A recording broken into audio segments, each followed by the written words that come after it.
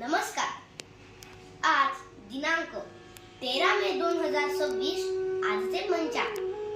शालिवाहन शके 1948 पराभव नाम संवत्सर, उत्तरायण, ग्रीष्म ऋतू, वैशाख मास, कृष्ण पक्ष, तिथी एकादशी, वार बुधवार, उत्तरा भाद्रपदा नक्षत्र, विष्कंभ योग, बालवकरण, सूर्योदय सकाळी 6:06 तसेच सूर्यास्त सायंकाळी 7:04.